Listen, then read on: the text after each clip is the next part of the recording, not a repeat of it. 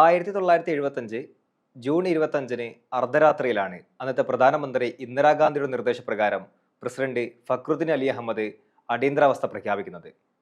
അന്നു മുതൽ 1977 മാർച്ച് 21 വരെയുള്ള 635 ദിവസങ്ങൾ ഇന്ത്യൻ ജനാധിപത്യം മരവിച്ച നാളുകളായിരുന്നു. അടിയന്തരാവസ്ഥയുടെ ഓർമ്മകൾക്ക് 50 വയസ്സാകുമ്പോൾ രാജ്യം മറ്റൊരു അപ്രഖ്യാപിത അടിയന്തരാവസ്ഥയിലൂടെയാണ് കടന്നുപോകുന്നത്. അടിയന്തരാവസ്ഥയുടെ 50-ാം വാർഷികത്തിൽ എങ്ങനെയാണ് അടിയന്തരാവസ്ഥ ഓർമ്മിക്കപ്പെടേണ്ടതെന്ന് കേരളത്തെ തുടർന്ന് സംസാരിക്കുന്നത് രാഷ്ട്രീയ നിരീക്ഷകനായ ദാമോദർ പ്രസാദാണ്. സ്വാഗതം സാർ.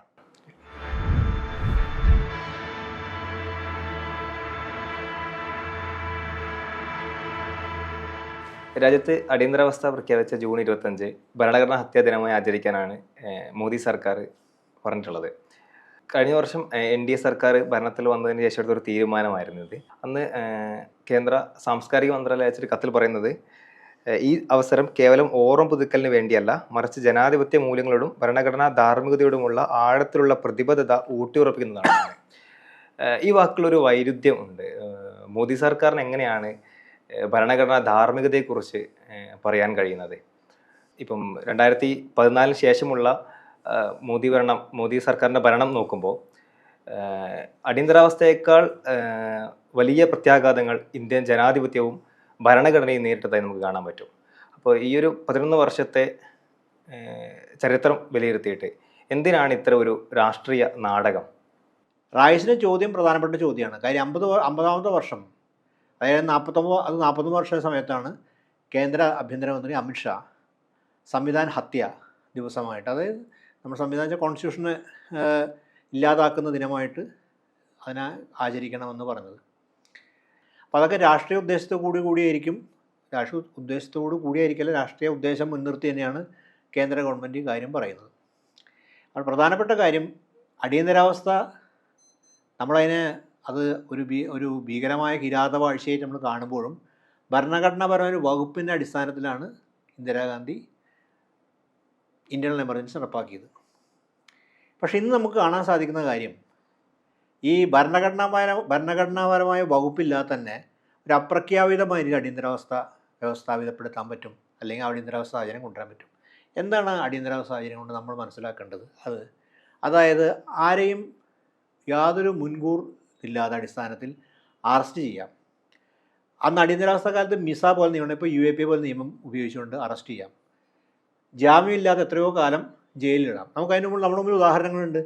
പൗരത്വ ഭേദഗതി നിയമത്തിനെതിരെ പ്രതിഷേധിച്ചു എന്ന കാര്യത്തിൽ ഒറ്റ കാരണം കൊണ്ട് കലാപത്തിൽ പങ്കെടുക്കുകയോ കലാപത്തിന് വേണ്ടി ആഹ്വാനം ചെയ്യുകയോ ഒന്നും ആ പൗരത്വ ഭേദഗതിയെക്കുറിച്ച് നാട്ടിലെമ്പാടുമുണ്ടായ ജനാധിപത്യ സമരങ്ങളിൽ സമരമായ ഡൽഹിയിൽ ഷഹീൻ ബാഗ് എന്ന സമരത്തിൽ പങ്കെടുത്ത് അതിനെക്കുറിച്ച് സംസാരിച്ച്, അത് ഗാന്ധിയൻ മൂല്യത്തിനടുത്ത് സംസാരിച്ച ഉമർ ഖാലിദ് ഏതാണ്ട് 1772 ദിവസമായിട്ട് 4 വർഷത്തിലധികമായിട്ട് ജയിലിലാണ്. ഇതുവരെ ജാമ്യം ലഭിച്ചിട്ടില്ല. സുപ്രീം കോടതിയുടെ അഭിപ്രായത്തിൽ നമുക്കറിയാം, സുപ്രീം കോടതി പലപ്പോഴും ആവർത്തിച്ച് പറയുന്ന കാര്യം ജാമ്യമാണ് നിയമം എന്നാണ് പറയുന്നത്. അത് എല്ലാവർക്കും ജാമ്യം വേണം. Bail is the rule, jail is an exception എന്നാണ് പറഞ്ഞത്. ജയിൽ എന്ന് പറഞ്ഞാൽ വളരെ അപൂർവമായ കാര്യത്തിൽ കൊടുക്കുന്നതാണ്. ബെയിലാണ് പ്രാഥമിക ബെയിൽ കൊടുക്കേണ്ടതാണെന്നുള്ളതാണ്. ഇവരൊക്കെ തന്നെ രാഷ്ട്രീയ തടവുകാരാണ് മനസ്സിലാക്കണം. ഏതെങ്കിലും കവർച്ച നടത്തിയോ ആൾക്കാരെ കൊന്നോ അല്ലെങ്കിൽ എന്താ പറയുക വർഗീയ സംഘർഷം ഉണ്ടാക്കിയോ വർഗീയ കലാപങ്ങളിൽ പങ്കെടുത്തോ ആൾക്കൂട്ട കൊലപാതകങ്ങളിൽ പങ്കെടുത്ത ആൾക്കാരല്ല. ഇവരൊക്കെ രാഷ്ട്രീയമായ, അതുകൊണ്ട് ഇവർ നമ്മൾ അടിയന്തരാവസ്ഥ കാലത്തെ പോലെ തന്നെ എന്താണ് മനസാക്ഷിയുടെ തടവുകാർ, പ്രിസണേഴ്സ് ഓഫ് കോൺഷ്യൻസ് എന്ന് പറയുന്ന പോലെ എന്നാണ് ഇവരെയും വിളിക്കുന്നത്. അതിൽ ഉമർ ഖാലിദുണ്ട്, ഷാർജിൽ ഇമാമുണ്ട്. അങ്ങനെ ഈ സമരത്തിൽ പങ്കെടുത്ത ആൾക്കാർ. ഭരണകൂടത്തിനെതിരെ ജനാധിപത്യപരമായി സമരം ചെയ്യാൻ ഭരണഘടന തന്നെ നമുക്ക് അവകാശം തരുന്നുണ്ട്. ആ അവകാശമാണ് ഇവർ വിനിയോഗിച്ചത്. ആ അവകാശത്തിൻ്റെ പേരിലാണ് അവരിന്ന് ജയിലിൽ കിടക്കുന്നത്. അപ്പോൾ അത്തരം ജയിലിൽ കിടക്കുന്ന ബന്ധപ്പെട്ട് നിലവിൽ കേന്ദ്ര സർക്കാരിൻ്റെ നടപടികളുടെ ഭാഗമായിട്ടാണ് അവർ ജയിലിലായിട്ടുള്ളത്. അപ്പോൾ ജനാധിപത്യത്തെക്കുറിച്ച് അടിയന്തരാവസ്ഥ കാലത്തെ ഇതുപോലുള്ള അറസ്റ്റുകൾ, അതായത് മുൻകൂർ കാരണം കാണിക്കാതെ വ്യക്തമായ കാരണമില്ലാതെ രാത്രി വീട്ടിൽ നിന്ന് ആൾക്കാരെ വിളിച്ചുകൊണ്ട് പോവുകയും ദീർഘകാലം യാതൊരു തടവിലിടുകയും അല്ലെങ്കിൽ കരുതൽ തടങ്കലിൽ വയ്ക്കുകയും കുറ്റപത്രമില്ലാതെ ജാമ്യമില്ലാതെ അവരെ തടവിൽ വയ്ക്കുന്ന ഒരു കാലഘട്ടമാണത്. അതിനെ അനുസ്മരിപ്പിക്കുന്നു. പക്ഷേ അന്നത്തെ ഒരു പ്രത്യേകത തന്നെ, അന്ന് പ്രഖ്യാപിതമായ അടിയന്തരാവസ്ഥയായിരുന്നു, എല്ലാവർക്കും അറിയാം. ഇന്ന് നമ്മൾ നോക്കും പുറമേക്ക് ജനാധിപത്യം നിലനിൽക്കുന്നു. അന്ന് തെരഞ്ഞെടുപ്പ് നിലനിൽക്കുന്നു. അന്ന് സെൻസർഷിപ്പ് ഉണ്ട്, ഇന്ന് സെൻസർഷിപ്പ് ഇല്ല. മാധ്യമ സ്വാതന്ത്ര്യമുണ്ട്, മാധ്യമങ്ങൾക്ക് എഴുതാം. പക്ഷെ എത്ര മാധ്യമങ്ങൾ ഈ കാര്യത്തിൽ പ്രൊട്ടസ്റ്റ് ചെയ്യുന്നുണ്ട്? വളരെ കുറച്ച് മാധ്യമങ്ങളാണ് ഈ കാര്യത്തിൽ പ്രൊട്ടസ്റ്റ് ചെയ്യുന്നത്. ഓൺലൈനിൽ ഞാൻ മാധ്യമങ്ങൾ ആരും പ്രൊട്ടസ്റ്റ് ചെയ്യുന്നതിൽ അഭിപ്രായമില്ല. ഓൺലൈൻ മാധ്യമങ്ങൾ, അതായത് സമാന്തരമായി പ്രവർത്തിക്കുന്ന മാധ്യമങ്ങൾ, ബദൽ മാധ്യമങ്ങൾ, അവരൊക്കെ തന്നെ ഈ പ്രശ്നം വളരെ കൃത്യമായിട്ട് എല്ലാ സമയത്തും ഉന്നയിക്കുന്നുണ്ട്. ഭീമേ കോറേഗാവുമായി ബന്ധപ്പെട്ട് നമുക്കറിയാം, ഇതുപോലെ അതിൽ പങ്കെടുത്ത സ്വതന്ത്രരായ വ്യക്തികൾ, അവരെ പുറത്തും പലതരത്തിലുള്ള രാഷ്ട്രീയ ആരോപണം, ഭീകരവാദമൊക്കെ ആരോപിച്ചാണ് അവരെയും ജയിലിലുണ്ട്. അതിൽ സ്റ്റാൻ സ്വാമി മരിച്ചു എന്ന് പറയുന്നത്, സ്റ്റാൻ സ്വാമി മരിച്ചു എന്ന് പറയുമ്പോൾ ഏതാണ്ട് ആ പ്രായമുള്ള മനുഷ്യനെ, പുരോഹിതൻ കൊല്ലപ്പെട്ടു എന്ന് പറയുന്നത് തന്നെയാണ് അതിൻ്റെ ശരി. അതുപോലെ എത്ര പ്രധാനപ്പെട്ട ആൾക്കാർ, അവരൊന്നും തന്നെ ഭീകരവാദികളോ തീവ്രവാദ പ്രസ്ഥാനത്തിലോ പ്രവർത്തിച്ചവരല്ല.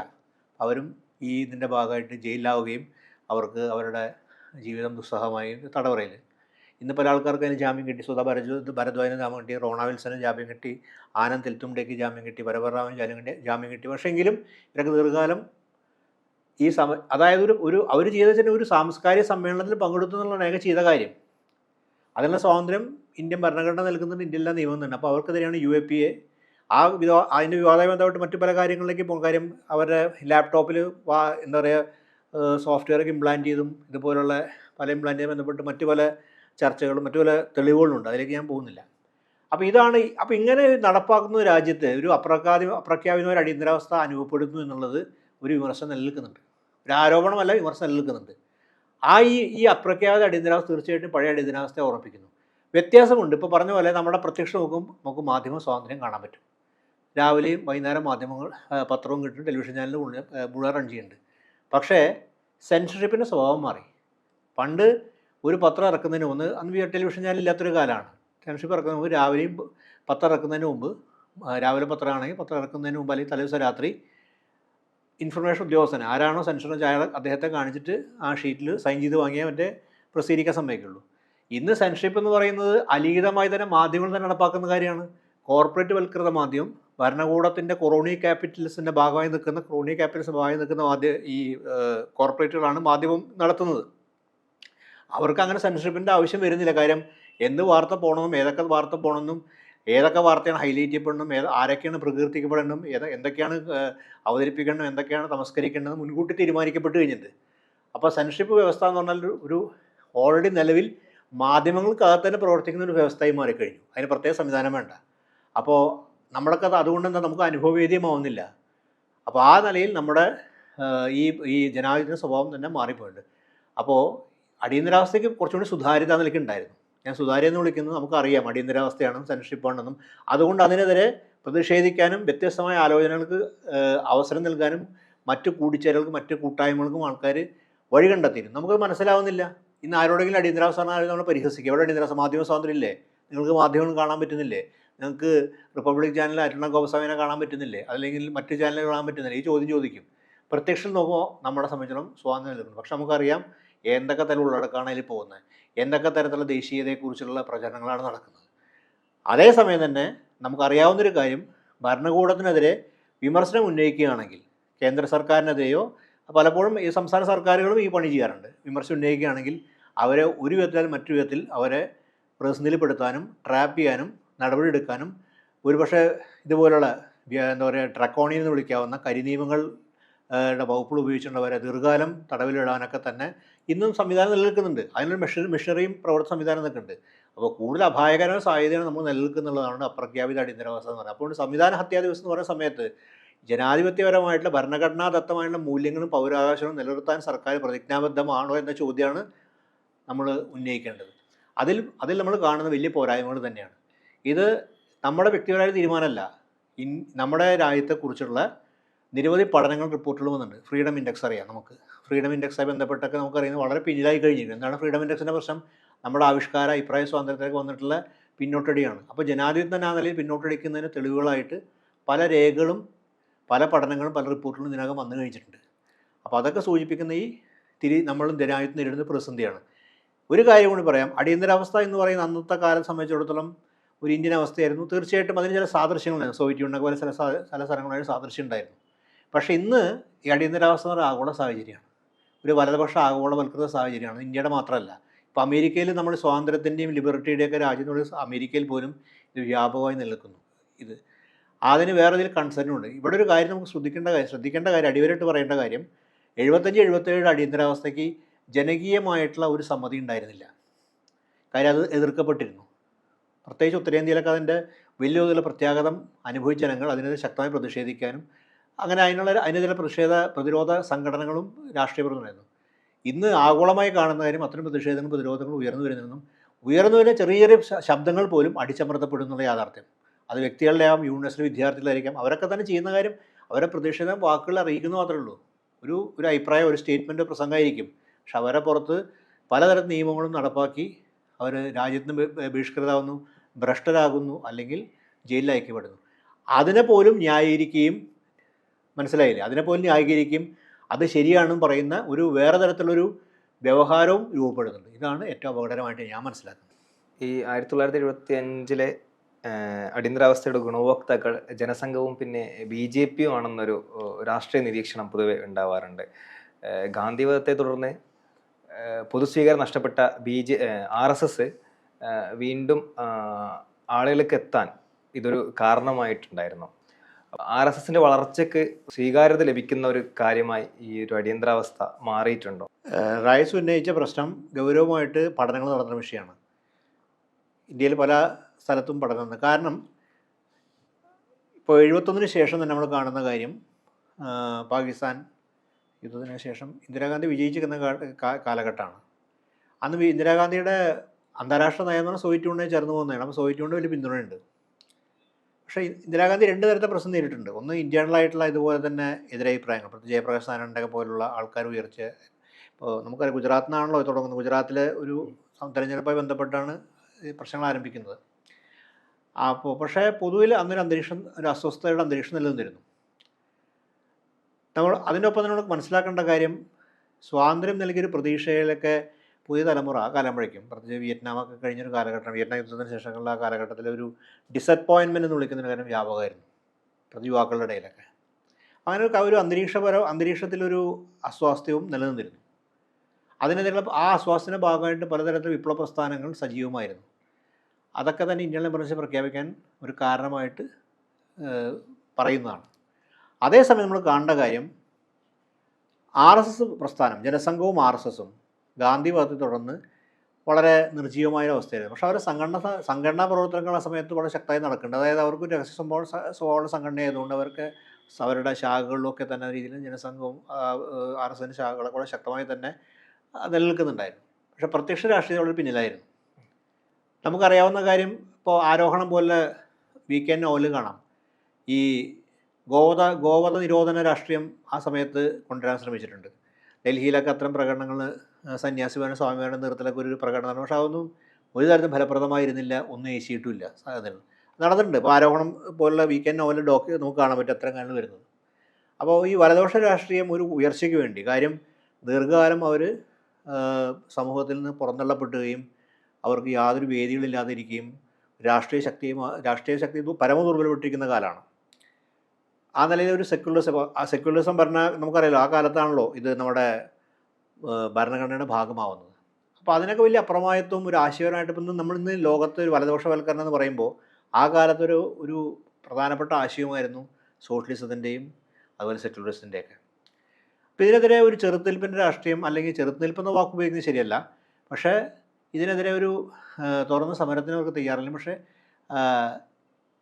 വലിയൊരു അസ്വസ്ഥത അവർ നേരിട്ടുമുണ്ട്, വലദോഷ രാഷ്ട്രീയത്തിനുണ്ട്. ഇതിന് ഒരു പുതിയ രീതിയിൽ ആവിഷ്കരിക്കാനുള്ള ശ്രമങ്ങൾ അവർ കാര്യമായി നടത്തിയിട്ടുണ്ട്. അപ്പോഴാണ് അടിയന്തരാവസ്ഥ വന്നു വീഴുന്നത്. അടിയന്തരാവസ്ഥ വന്നു വീഴുക, അല്ലെങ്കിൽ അതിന് മുമ്പ് ജയപ്രകാശ് നാരായണനെ ബന്ധപ്പെട്ടൊക്കെ പലതരത്തിലുള്ള സഖ്യങ്ങൾ അവർ രൂപപ്പെടുത്തിയിട്ടുണ്ട്. ഇതിനെക്കുറിച്ച് ജ്ഞാനേന്ദ്ര പാണ്ഡ്യയുടെ ഗ്യാൻ പ്രകാശിൻ്റെ പുസ്തകമുണ്ട്, മലയാളത്തിൽ ധാരാളം പഠനം വന്നിട്ടുണ്ട്. അപ്പോൾ ഇതൊരു യാഥാർത്ഥ്യമാണ്. ഈ യാഥാർത്ഥ്യം എന്ന് പറഞ്ഞാൽ ജനസംഘവും RSSഉം ഈ ജയപ്രകാശ് നാരായണൻ്റെ കൂടെ ചേർന്ന് ഈ സമരത്തിൽ സജീവമാവുകയും അങ്ങനെ അടിയന്തരാവസ്ഥ ബന്ധപ്പെട്ട് അവർക്ക് അവരുടെ സംഘടനാപരമായിട്ട് അവർക്ക് എന്തുണ്ടാക്കി, അവർക്ക് ഊർജ്ജവൽക്കരിക്കാൻ സാധിച്ചു. ഈ അടിച്ചമർത്തൽ പലപ്പോഴും ഭരണകൂടം നടന്ന അടിച്ചമർത്തൽ പല രാഷ്ട്രീയ സംഘടനകളും ഊർജ്ജവൽക്കരിക്കാനുള്ള സമയം കൂടിയാണ്. നമ്മൾ പ്രത്യക്ഷത്തിൽ കാണാൻ അടിച്ചമർത്തലാന്ന് വിചാരിക്കും, പക്ഷേ അടിച്ചമർത്തൽ സമയത്ത് സംഘടനകൾ അവർ ഊർജ്ജവൽക്കരിക്കുകയും ചെയ്യും. കാര്യം അവരുടെ കേഡേഴ്സ് സംഘടന ചെയ്യാം. കാര്യം ഒരു പ്രത്യേക തരത്തിൽ മനസ്സിലാക്കേണ്ട കാര്യം, ഐഡിയോളജിക്ക് കമ്മിറ്റഡ് കേഡേഴ്സാണ്. നമ്മൾ ആ യാഥാർത്ഥ്യം കൂടി മനസ്സിലാക്കണമല്ലോ. ജനസംഘത്തിൻ്റെയും RSSൻ്റെയും പ്രത്യയശാസ്ത്രപരമായി പ്രതിജ്ഞാബദ്ധരായിട്ടുള്ള അവരുടെ സേവകരാണ്. അവരെ സമയം മറ്റൊന്നുമില്ല. മറ്റ് രാഷ്ട്രീയ പാർട്ടികളെ ഏറെക്കുറെ വ്യത്യസ്തമാണ്. അവർ ജീവിതം ഈ രാഷ്ട്രീയ ലക്ഷ്യത്തിന് വേണ്ടി അല്ലെങ്കിൽ ഹിന്ദു രാഷ്ട്ര സ്ഥാപനത്തിന് വേണ്ടി സമർപ്പിച്ചവരാണ്. ഇതൊരു കേരളത്തിൽ ഇന്ത്യയിൽ മറ്റു രാഷ്ട്രീയ പാർട്ടികളൊന്നും ഇല്ലാത്ത പ്രത്യേകതയാണ്. നമ്മൾ പ്രത്യേകത ഒരു സംഘടന വിലയിരുത്തുമ്പോൾ ആ സംഘടനയെ ശക്തി ദൗർബല്യങ്ങൾ വിലയിരുത്തണമല്ലോ. അപ്പോൾ അങ്ങനെ പ്രതിജ്ഞാബദ്ധമായി നയിക്കുന്നവരാണ്.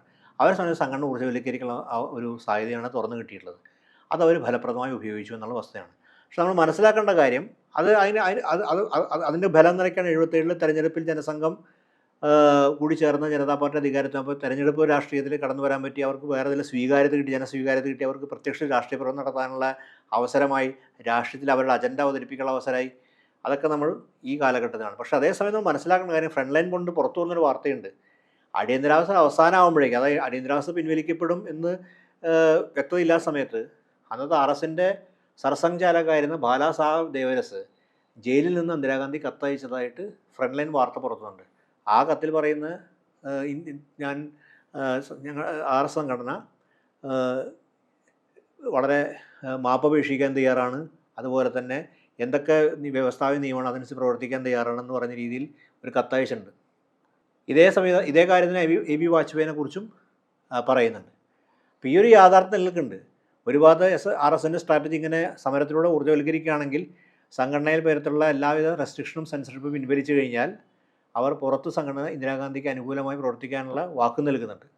അപ്പോൾ ഈ ഡ്യുവൽ സ്ട്രാറ്റജി RS എല്ലാ കാലത്തും ഉപയോഗിച്ചിട്ടുള്ളതാണ്. ആ രാഷ്ട്രീയ സംഘടന സ്വഭാവം തന്നെ അങ്ങനെയൊന്നുള്ളതാണ് നമുക്കറിയാൻ പറ്റും. ഇത് സ്വാതന്ത്ര്യ സമരത്തിൻ്റെ കാലത്ത്, ദേശീയ പ്രസ്ഥാനത്തിൻ്റെ കാലത്തും ഈ ഒരു സ്വഭാവം പ്രകടിപ്പിച്ചിട്ടുള്ളതാണ്. അപ്പോൾ ഇങ്ങനൊരു വസ്തു, പക്ഷേ അതിൻ്റെ ഗുണഭോക്താവാൻ അവർക്ക് 77 സാധിച്ചു. അതുകൊണ്ടാണല്ലോ ജനതാ മന്ത്രിസഭയിൽ നിർണായകമായിട്ടുള്ള ഇൻഫർമേഷൻ ബ്രോഡ്കാസ്റ്റ് മിനിസ്റ്ററായിരുന്നു അദ്വാനി. പക്ഷേ അദ്വാനി ഇതൊക്കെ തന്നെയാണ്, ജയിലിൽ കിടന്ന ആളാണ്. അന്നത്തെ മാധ്യമങ്ങൾക്കെതിരെ ശക്തമായി പ്രതികരിച്ചാണ്. ഒരു ഗംഭീരമായ പുസ്തകം അദ്വാനിയുണ്ട്, ഇപ്പോൾ അവൈലബിൾ അല്ല, പക്ഷേ എൻ്റെ അടുത്ത് ആ പുസ്തകമുണ്ട്. അതായത് മാധ്യമവിമർശനം. അദ്വാനി നടത്തിയ അടിയന്തരാവസ്ഥ ഗംഭീരമായ മാധ്യമവിമർശനമുണ്ട്. കേരളത്തിനകത്ത് നമുക്കറിയാം, കേരളത്തിനകത്തും നമ്മൾ കണ്ട കാര്യം, നക്സലേറ്റുകളും ML പ്രസ്ഥാനത്തിൽ സജീവമായിരുന്നു. അതായത് നമ്മുടെ രാഷ്ട്രീയ തീവ്രവാദ പ്രസ്ഥാനത്തിൽ സജീവമായതും ചെറുപ്പക്കാരും RSലെ മുതിർന്ന നേതാക്കളും ആണ് കേരളത്തിന് ജയിലിൽ കിടന്നിട്ടുള്ളത്. അവർ ഒരേ സമയം ജയിലിൽ കിടന്നിട്ടുണ്ട്. പക്ഷെ അതാണ് സംഘടന അവരെ സംഘടനാപരമായിട്ട് അവർ ലക്ഷ്യം എന്ന് പറഞ്ഞാൽ ഹിന്ദുരാഷ്ട്രം സ്ഥാപിക്കുന്നതിൽ ഏത് കഠിന ശ്രമങ്ങളിലും അവർ പ്രവർത്തിച്ച് മുന്നേറാൻ തയ്യാറാണ്. മറ്റു രാഷ്ട്രീയ പാർട്ടിയും കാണിക്കാത്തൊരു ഇച്ഛാശക്തി ആ രാഷ്ട്രീയ അതിന് പറയാം, നമ്മൾ ഈ സംഘപ്രവർത്തനത്തിൽ കാണാൻ പറ്റും. നമ്മൾക്കതിനെ നമ്മുടെ സെക്കുലർ കാഴ്ചപ്പാടിൽ അതിൻ്റെ പ്രശ്നങ്ങൾ മനസ്സിലാക്കുകയും വിമർശിക്കുകയും വേണം. കാര്യം അതിന് ആ രാഷ്ട്രീയ ലക്ഷ്യം പക്ഷേ ഈ യാഥാർത്ഥ്യം എന്ന് പറയുന്നത് അവിടെയുണ്ട്. അപ്പോൾ അവരതിൻ്റെ ഗുണഭോക്താവാണ്. തീർച്ചയായിട്ടും അതിൻ്റെ അവരതിൽ കഠിന പരിശ്രമം നടത്തിയിട്ട് ഗുണഭോക്തമാണ്. പക്ഷേ ഒപ്പം തന്നെ ഞാൻ ഈ പറഞ്ഞ കാര്യം ഓർക്കേണ്ടതാണ്. അതായത് മാപ്പ് എഴുതി കൊടുക്കാനും ഒക്കെ തന്നെ തയ്യാറായി എന്നുള്ളത് വാസ്തവ ഫ്രണ്ട് ലൈനിൽ റിപ്പോർട്ട് ചെയ്യപ്പെട്ടതാണ്. അത് എനിക്ക് തോന്നുന്നു ഇൻ്റർനെറ്റിലൊക്കെ അവൈലബിൾ ആണത് ആ രേഖ. ഇപ്പോൾ പറഞ്ഞ പോലെ അടിയന്തരാവസ്ഥയെ പ്രതിരോധിച്ച പ്രതിപക്ഷ പാർട്ടികളെക്കുറിച്ചുള്ള ചർച്ചകൾ കേരളത്തിൽ സജീവമായിരുന്നുണ്ട്. 1977 CPM മത്സരിച്ചത് RSS പിന്തുണയോടെയാണെന്ന വാദം ഇപ്പം ഈ നിലമ്പൂർ ബൈ ഇലക്ഷൻ സമയത്തും വന്നിട്ടുണ്ട്. പാർട്ടി സെക്രട്ടറി NV ഗോവിന്ദൻ മാഷിൻ്റെ ഒരു പ്രസ്താവനയും വന്നിട്ടുണ്ടായിരുന്നു. CPMന് എത്ര പറഞ്ഞാലും ന്യായീകരിക്കാനാവാത്തൊരു ചരിത്രമാണ് ഈ RSSുമായുള്ള ഒരു ബന്ധം എന്ന് പറയുന്നത്.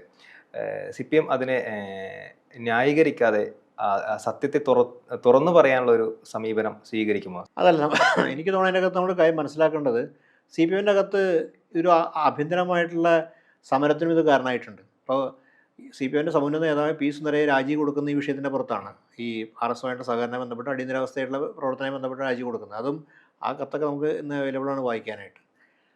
കേരളത്തിനകത്ത് സാഹചര്യം ഇപ്പോൾ ഒരുപക്ഷെ 2024 വരാൻ പോകുന്ന ഫാഷിസ്റ്റ് സാഹചര്യത്തെക്കുറിച്ചുള്ള ദീർഘവീക്ഷണത്തോടെ വിലയിരുത്തൽ CPM ഉണ്ടായിരുന്നില്ല.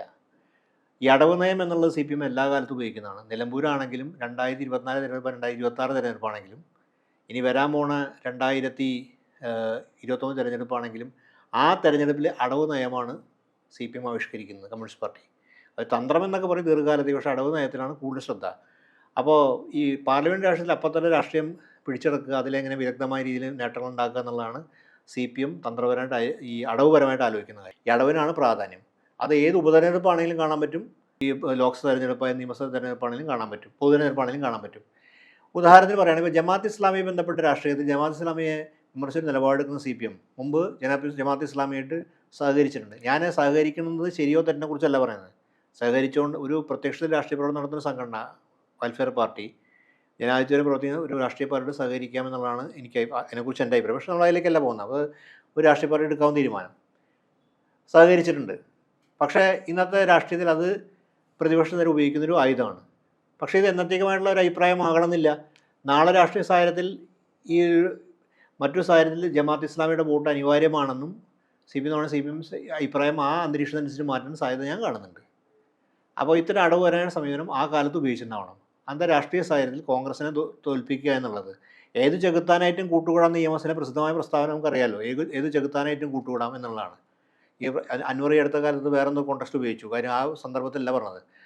അപ്പോൾ അതനുസരിച്ചിട്ട് കോൺഗ്രസിനെ തുലയ്ക്കുക എന്നുള്ളതാണ് അടിയന്തരം. പക്ഷേ ആ കാലത്തൊരു കോൺഗ്രസ് വിരുദ്ധ ഇന്ദിരാഗാന്ധി വിരുദ്ധ വികാരം അലയടിച്ചിരുന്നു. ആ അലയടിച്ച ഭാഗമായിട്ട് ഒരു സഹകരണത്തിൽ സഖ്യകക്ഷി ആയിരുന്നില്ല എന്നുള്ള യാഥാർത്ഥ്യം നമ്മൾ അതിന് വസ്തുതപരമായിട്ട് കാണും. RS സഖ്യകക്ഷി ആയിരുന്നില്ല. പക്ഷേ സഹകരണം, രാഷ്ട്രീയമായ സഹകരണം നടന്നിട്ടുള്ളതാണ് നമുക്കറിയാൻ പറ്റുന്ന കാര്യം. അത് പല ഉദുമേല തെരഞ്ഞെടുപ്പിലും ഒക്കെ പിന്നീട് KG-മാരൊക്കെ തന്നെ ആത്മകഥയിൽ പറഞ്ഞിട്ടുള്ള കാര്യമാണ്. ഗോവിന്ദമാഷ് ഇൻ്റർവ്യൂവിൽ ജേർണലിസ്റ്റ് ചോദിക്കാതെ തന്നെ, ഇൻ്റർവ്യൂ ചെയ്യുന്ന അഭിമുഖക്കാരൻ ചോദിക്കാതെ തന്നെ അത് തുറന്നു പറയുകയാണെന്നാണ് പറഞ്ഞത്. നിങ്ങൾ ആ അഭിമുഖം ശ്രദ്ധിച്ചാലറിയാം.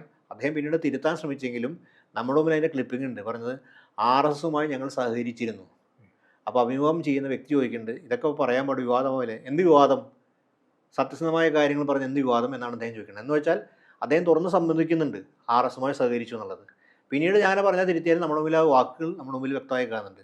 അത് എനിക്കൊണ്ട് രാഷ്ട്രീയമായിട്ട് വർത്തമാന സാഹചര്യത്തിൽ CPM സംബന്ധിച്ച് രാഷ്ട്രീയമായിട്ട് വലിയൊരു ഡാമേജ് ചെയ്യുന്നതാണ്. എന്തുകൊണ്ട് അങ്ങനെ പറഞ്ഞു എന്നുള്ളത് ഉത്തരവാദിത്തപ്പെട്ട സ്ഥാനത്തിരിക്കുന്ന ആൾ അങ്ങനെ പറഞ്ഞിട്ടുണ്ടെങ്കിൽ അത് വെറുതെ പറഞ്ഞാൽ വഴിയില്ല. കാര്യം ചോദിക്കാത്തൊരു അഭിപ്രായം പറയണമെങ്കിൽ, അതും ഇതിനെക്കുറിച്ച് വ്യക്തമായ രാഷ്ട്രീയ നിലപാടുള്ള ഒരാളങ്ങനെ പറയണമെങ്കിൽ വളരെ ആലോചിച്ച് പറയുന്നൊരു അഭിപ്രായമായിട്ടാണ് എനിക്ക് തോന്നുന്നത്. വെറുതെ ഒരു അഭിപ്രായ പ്രകടനം മാത്രമല്ല. അങ്ങനെ പല ആൾക്കാർ ചിത്രീകരിക്കാൻ ശ്രമിക്കുന്നുണ്ട്, വെറുതെ പറയുന്നത്. പക്ഷേ അങ്ങനെ ഒരിക്കലും ഒരു ഉത്തരവാദിത്തപ്പെട്ട സ്ഥാനത്തുള്ള വളരെ ദീർഘകാലം രാഷ്ട്രീയം പ്രവർത്തിച്ച പല സ്ഥാനമാനങ്ങളും വഹിച്ചിരുന്ന ഒരാളങ്ങനെ പറയില്ല. അപ്പോൾ ആലോചിച്ച് പറഞ്ഞു. അപ്പോൾ ഈ തെരഞ്ഞെടുപ്പിൽ അതിൻ്റെ അകത്ത് എന്തെങ്കിലും താല്പര്യം അങ്ങനെ ഉണ്ടാവും. അപ്പോൾ അത് തന്നെയാണ് അന്നും കാണുന്നത്. അപ്പോൾ ഈ നിലമ്പൂർ തെരഞ്ഞെടുപ്പിൻ്റെ സാഹചര്യത്തിൽ ആലോചിച്ച്, നിലമ്പൂർ ഉപതെരഞ്ഞെടുപ്പ് സാഹചര്യത്തിൽ നമുക്ക് നവഫാഷിസത്തിനെതിരെ പോരാടും CPM-ൻ്റെ സംസ്ഥാന സെക്രട്ടറി ഇങ്ങനെ അഭിപ്രായം പറയുകയാണെങ്കിൽ 77 സാഹചര്യം എന്തായിരിക്കും? 77 നവഫാഷിസത്തെക്കുറിച്ച് പറയുന്നത് ആരാ? അന്ന് ഫാഷിസം എന്ന് പറയുന്നത് ഇന്ദിരാഗാന്ധിയാണ്. ഫാഷിസം. അപ്പോൾ ആ ഫാഷിസത്തിനെതിരെ പോരാടാൻ RSമായി സഖ്യം ചേരണം. അതായത് ഞാൻ ഒന്നുകൂടി പറയുന്നത്, നവഫാഷിസം എന്ന് CPM തന്നെ വിളിക്കുന്ന ഭരണ സംവിധാനം നിൽക്കുന്ന കാലത്ത് RSS ഫാഷിസ്റ്റ് സംഘടന തന്നെയാണ് CPM പറയുന്നത്.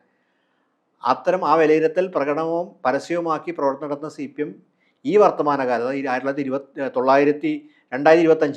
2025 ഈ അഭിപ്രായം RSസുമായി സഹകരിച്ചു എന്നൊരു ഭൂതകാല അഭിപ്രായം സത്യസന്ധമായിട്ട് തന്നെ ഞങ്ങളുടെ അഭിപ്രായമാണെന്ന് പറയണമെന്നുണ്ടെങ്കിൽ 77 അന്ന് ഫാഷിസം ഇന്ദിരാഗാന്ധി ആയിരുന്നു. ഇന്ദിരാഗാന്ധിക്കെതിരെ പോരാടുന്ന പല ആൾക്കാരോട് സഹകരിച്ചിരുന്നു. അപ്പോൾ ഇതൊരു യാഥാർത്ഥ്യം മുഴുവനുണ്ട്.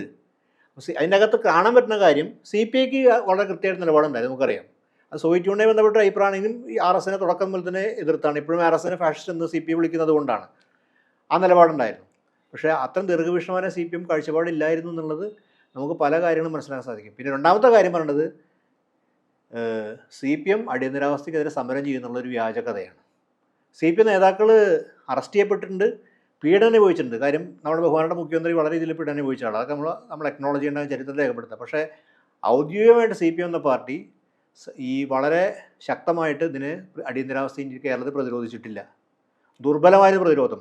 നിയമസഭ പ്രതിപക്ഷ കക്ഷിയായിരുന്നു. നിയമസഭയിൽ പോലും വേണ്ട ചോദ്യങ്ങൾ ചോദിച്ചിട്ടില്ല എന്ന് പല ചരിത്ര പുസ്തകങ്ങളും, ഉദാഹരണം പറയുകയാണെങ്കിൽ കേരള രാഷ്ട്രീയ ചരിത്രത്തിൽ നിന്ന് RK വിജയരാജൻ്റെ പുസ്തകത്തിൽ പറയുന്നുണ്ട് കൃത്യമായിട്ട്.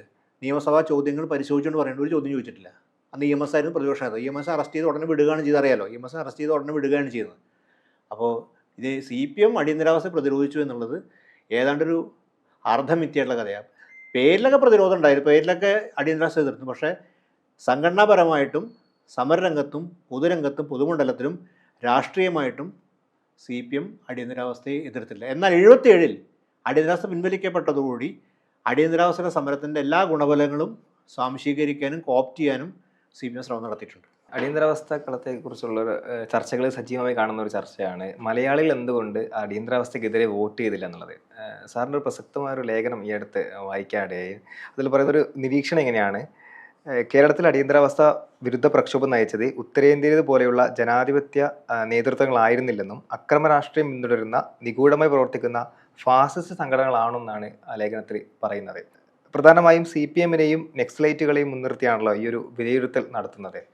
അപ്പോൾ ഒരു ജനാധിപത്യ രാജ്യത്ത് പ്രതിപക്ഷത്തിൻ്റെ റോൾ എന്തായിരിക്കണം എന്ന് തന്നെ പറയുന്നൊരു നിരീക്ഷണമായിട്ടാണ് ഇത് തോന്നിയിട്ടുള്ളത്. ഈ ഒരു നിരീക്ഷണത്തെ ഒന്ന് വ്യക്തമാക്കാവോ?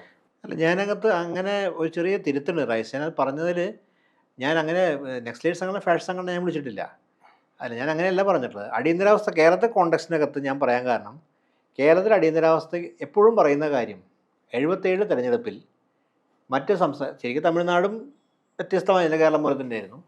ഈ ദക്ഷിണേന്ത്യൻ സംസ്ഥാനങ്ങളൊക്കെ തന്നെ അടിയന്തരാവസ്ഥയ്ക്ക് അനുകൂലമായി പ്രതികരിച്ച സംസ്ഥാനങ്ങളാണ്. കേരളം ഉത്തരേന്ത്യയിൽ ആഞ്ഞടിച്ചു.